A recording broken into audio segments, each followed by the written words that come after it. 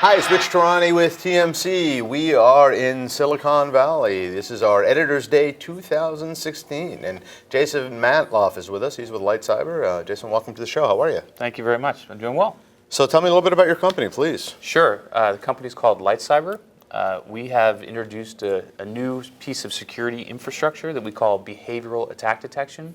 And behavioral attack detection is meant to find the behaviors of attackers that are already in your network.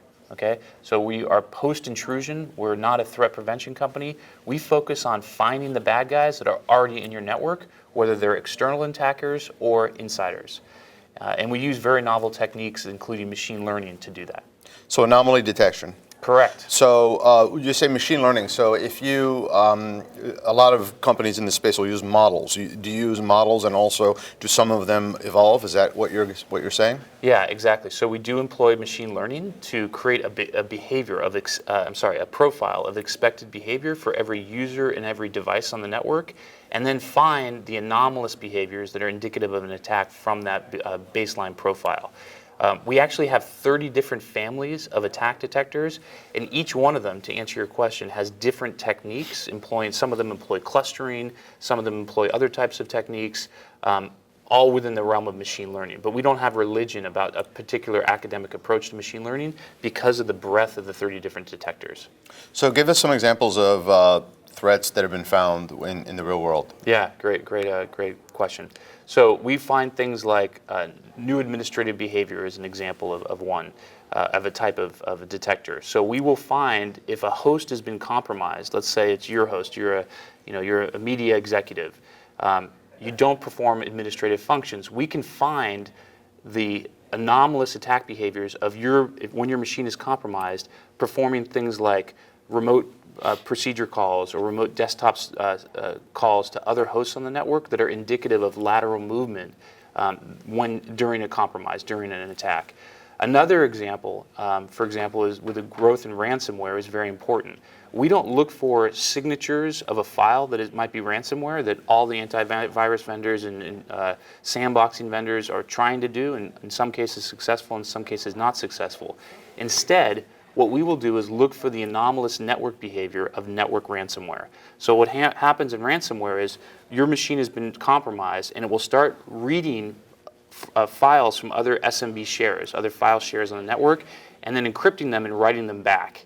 And that process of a high volume of reads and writes in encrypted format is an extremely anomalous behavior that also triggers, that happens to be a ransomware detector.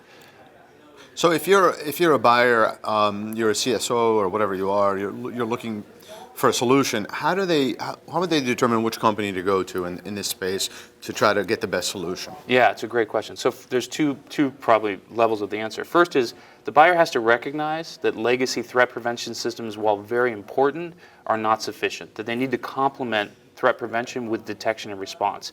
Fortunately, the analysts of the world, like Gartner, are heavily pushing the user community towards detection and response solutions, but that's the first thing. The second thing, once you get there, is you have to acknowledge the need for an analytical solution to perform detection, and then decide what type of detection you want to do. Some solutions are very narrowly focused on just ingesting and analyzing log events, user log events from a SIEM or some other type of logging system.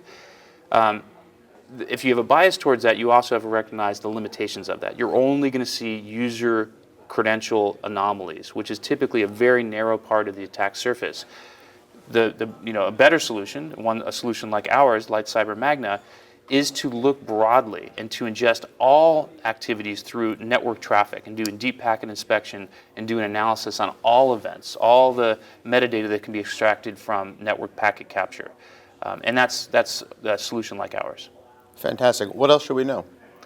I think what would be good to know is the experience, the lived experience of the customer's experience is extraordinary. People can go to our website and actually see customer videos, but the value comes when customers say, "I'm seeing stuff that I never could have seen with any of my other infrastructure. I'm seeing anomalous attack events, anomalous administrative events, anomalous network connectivity that I never could have seen with any of the other infrastructure I had. And it's that lived experience that makes us feel that we're really adding value. So as far as go-to-market, is it MSP, MSSP, and internal sales? How are you doing that? So we have a captive sales force, our own sales force, but we work and exclusively distribute through channel partners.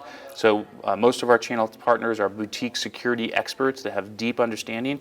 It's very novel. This use of machine learning and security has never been done before.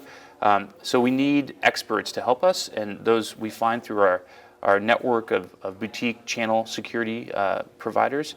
And some of them also are MSSPs that can actually provide red team services. We actually have a promotional offer right now with those partners where they will provide a red team service, which is a simulated attack, and we will provide the blue team defense effort inside the network. And we're calling this promotion a purple team assessment. And by the way, it's offered for free for the remainder of the year. So that's an example of how we go to market with security resellers and partners. Fantastic. Thank you so much for being here. This was great. I appreciate your help. Thanks.